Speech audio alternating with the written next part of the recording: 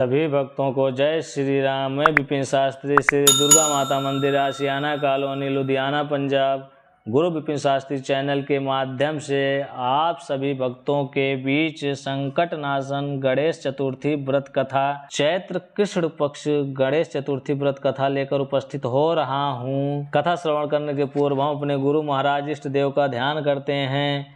मंगलम भगवान विष्णु, मंगलम गरुड़ध्वजा, मंगलम पुंडरीकाक्षा, मंगलाय तनोहरि। पार्वती जी ने पूछा कि हे गणेश जी, चैत्र कृष्ण चतुर्थी को गणेश की पूजा कैसी करनी चाहिए? इस दिन भोजन क्या करना चाहिए? चैत्र मास के गणपति देवता का क्या नाम है? उनके पूजन आदि का क्या विधान है? सो आप मुझसे कहिए। गणेश जी ने कहा कि हे महादेवी, चैत्र कृष्ण चतुर्थी के दिन विकट नामक गणेश की पूजा करनी चाहिए। दिन भर व्रत रखकर रात्रि में षोडशोपचार से पूजन करना चाहिए। ब्राह्मण भोजन के अनंतर स्वयं व्रती को इस दिन पंचगम गौ का गोबर, मूत्र, दूध, दही, घी पान करके रहना चाहिए। यह व्रत संकट नाशन है। इस दिन शुद्ध घी के साथ बिजौरे नींबू का हवन करने से बांझ स्त्रियां भी पुत्रवती होती हैं। हे शैलपुत्री, इसका इतिहास बहुत विचित्र है। मैं उसे कह रहा हूँ। इसके स्मरण मात्र से ही मनुष्य को सिद्धि मिलती है। प्राचीन काल में सतयुग में मकरध्वज नामक का एक राजा हुआ। वह प्रजा पालन के प्रेमी थे। उनके राज्य में कोई निर्धन नहीं था। चारों वर्ण ब्राह्मण, क्षत्रिय, वैश्य, शूद्र अपने अपने धर्मों का पालन करते थे। प्रजाओं को चोर, डाकू आदि का भय नहीं था। प्रजा स्वस्थ रहती थी।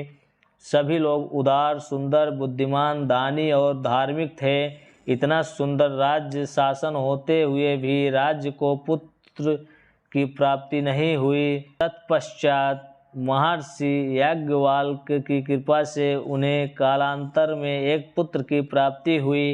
राजा राज्य का भार अपने मंत्री धर्मपाल पर सौंपकर विविध प्रकार के खेल खिलौने से अपने राजकुमार का पालन पोषण करने लगे। राज्य शासन हाथ में आ जाने के कारण मंत्री धर्मपाल धन धान्य द्वारा समृद्ध हो गए। मंत्री महोदय को एक से एक बढ़कर 5 पुत्र हुए।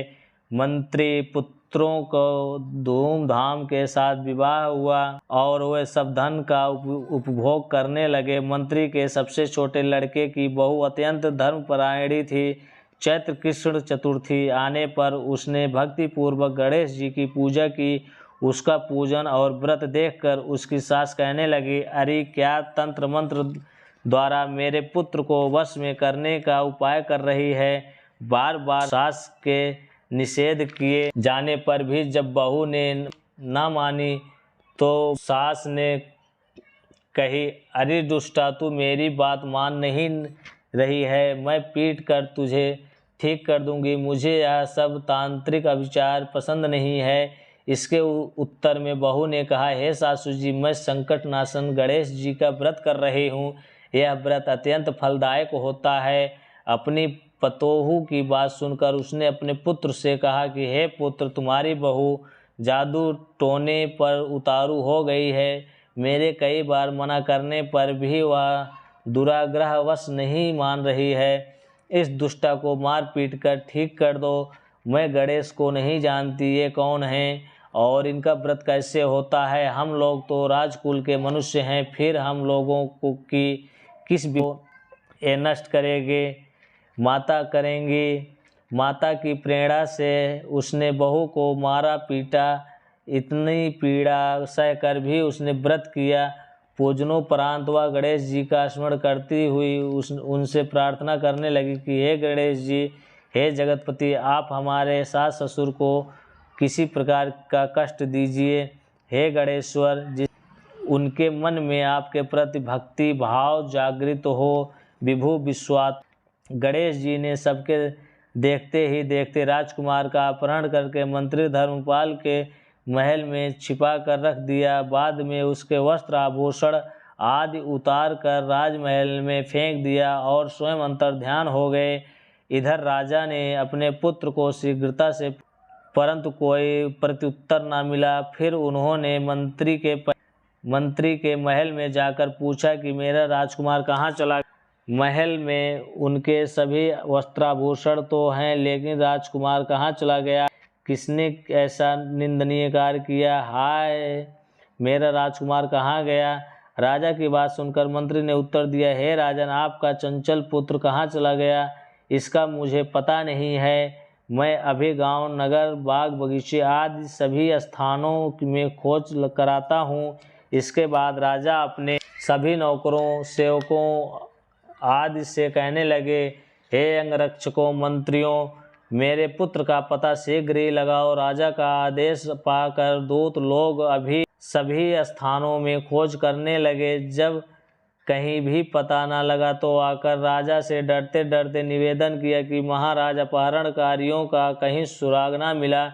राजकुमार को आते जाते किसी ने नहीं देखा। उनकी बातों को सुनकर राजा ने मंत्री को बुलवाया। मंत्री से राजा ने पूछा कि मेरा राजकुमार कहाँ है।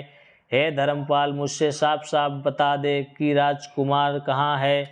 उसके वस्त्राभूषण तो दिखाई पड़ते हैं, केवल वही नहीं है। अरे नीच, मैं तुम्हारा वध कर डालूंगा, तेरे कुल को नष्ट कर दूंगा, इसमें जरा भी संदेह नहीं है। राजा द्वारा डांट पड़ने पर मंत्री चकित हो गया। मंत्री ने सर झुकाकर कहा कि हे भूपाल, मैं पता लगाता हूँ, इस नगर में बालक अपहरणकर्ताओं का कोई गिरोह नहीं है और ना ही डाकू आदि रहते हैं। फिर भी हे प्रभु, पता नहीं किसने ऐसा नीच कर्म किया और न जाने वह कहाँ चला गया। धर्मपाल ने आकर महल में अपनी पत्नी और पुत्रों से पूछा। अपनी सभी बहुओं को बुलाकर भी उसने पूछा कि यह कर्म किसने किया है। यदि राजकुमार का पता नहीं लगा तो राजा मुझ पर अभागे के वंश का विनाश कर देंगे। ससुर की बात सुनकर छोटी बहू ने कहा कि हे दादाजी, आप इतने चिंतित क्यों हो रहे हैं।